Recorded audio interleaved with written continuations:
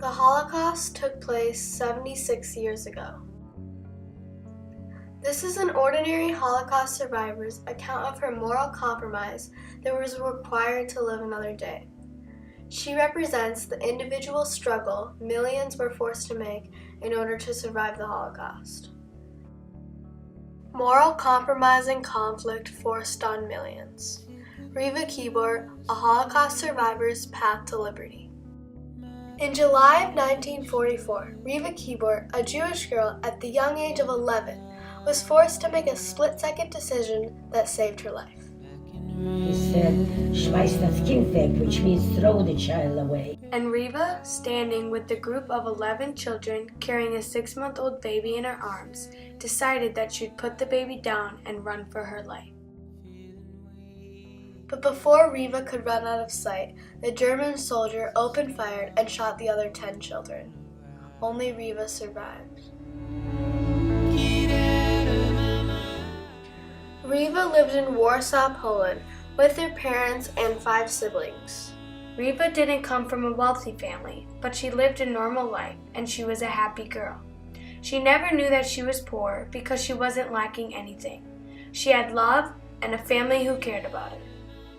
She recalls anti-Semitism against Jews starting around 1933, when Hitler came to power. But the situation only grew worse. In 1939, Germans occupied her city of Warsaw after bombing the city for 2 weeks nonstop. Reva's father was killed in a bombing, leaving her mother alone with 6 children to take care of. And then hell broke loose. By the end of 1939, the Jewish people had lost almost all of their rights and opportunities. They couldn't go to school, have homes, or own businesses. Just a year later, in 1940, Reva and her family were forced out of their home into the Warsaw Ghetto. Her family moved into a small apartment, living with several other families, which was typical for the living conditions in the ghetto. There were over 146,000 people per square kilometer. That's 6 times the population density of Manhattan. In the ghetto, there was little food or sanitation, and diseases such as typhus ran rampant. People were dying by the thousands. First of all, what they did, they took away all our dignity. They took away, they take away your home, then they take away your father and mother, then they take away your school, then they take away your business. What they try to do is mainly to take away your dignity. And when you have no dignity, you have pretty much nothing left. Slowly, the Nazi troops emptied the ghetto. The Warsaw Ghetto was left with older women and young children. In 1942, on the eve of the ghetto's liquidation, Reva's mother urged her children to flee before it was too late. Following their mother's advice, Reva and her siblings escaped from the ghetto and fled to the countryside. We had nowhere to turn, basically. The Polish people would not take care of us. The Jews were being deported. We had nothing. Around 2 years later, in July of 1944, Reva and her siblings were transferred to what would be their final camp, a slave labor camp in Poland called Dęblin. When they arrived, Nazi troops separated the Jews into groups. The women and men were sent to work in factories, leaving the 11 children, including Reva, without their families. The particular camp had 11 children. Reva was the oldest, and she took care of the youngest, a baby born inside the camp a few months earlier. That's when the unthinkable happened. Reva was holding the baby when the German guard told her to drop the child and run. She didn't know why he said that, but she set the child down and ran. A few seconds later, the guard opened fire and killed the other 10 children right in front of her eyes. Terrified, Reva ran into a pile of dirty clothing and hid under it until it was dark. What made the German tell me to run? And at the same time, he took out the machine gun. The German High Command, including Heinrich Himmler, knew that the mass shootings he ordered were causing psychological stress among the German soldiers. The head of Einsatzgruppen D said, I always gave orders for several people to shoot simultaneously in order to avoid any individual having to take direct responsibility. German soldiers often became physically ill and reported being given alcohol rations afterward to calm their nerves. Each member of the firing squad had to shoot one person.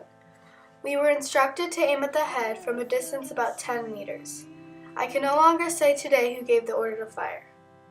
The people who had been shot fell into the grave. I myself was detailed to the firing squad. However, I only managed to shoot about 5 times. I began to feel unwell. I felt as though I was in a dream. Tragically, instead of ending all the shootings, they devised less personal methods of killing mass amounts of people, including gas chambers. Perhaps telling Reva to run was this soldier's compromise to deal with the moral conflict and guilt that was caused by the atrocities that he was committing. In mid-January of 1945, Reva and her siblings were cuddled up in the barracks when they heard the bombs. They knew that soon they would be liberated. Surprised by the rapid Soviet advance into Poland, the Germans attempted to hide the evidence of mass murder by dismantling the camps and fleeing. The camp was liberated by the Soviet Army on January 17, 1945. Reva and her sister were free. You open up a gate to an animal cages. Everybody was free, but nobody knew where to go. Upon liberation, Reva was admitted to a Polish orphanage. Shortly after, the Jewish children were forced to leave. Like many others, including surrendering German soldiers, she traveled by foot to the American territory lines in Germany. Everybody wanted to come to Germany because Germany were the American soldiers, were the Americans. Once on the American side, she settled in a displaced persons camp, also known as a DP camp. One day, an American soldier representing the United Nations Relief and Rehabilitation Administration asked Reva and the other orphans if they would like to go to America. Reva didn't want to enter a foreign country alone, so she made sure that her sister could come too. On May 7, 1947, Reva arrived in America. Here we were, 2 little girls, 12 and 17. Not knowing the language, didn't speak English, not one word of English, well, 1 word, but it was good. No clothing, no relatives. We did not know where we were going, but we knew we were going to America, a wonderful country. Eventually, Reva made it to Minneapolis, Minnesota. She was placed in a foster home, and at age 14, she was finally enrolled in a school. There's a Jewish saying, they used to call it the Golden Medina. The golden, actually it's a Hebrew word. The Golden Medina means the golden nation. And they used to say that you can find gold on the streets in America. Reva Kibort was an ordinary girl. Like millions of others, she was forced to compromise her morals in order to survive the conflict in Europe during World War II.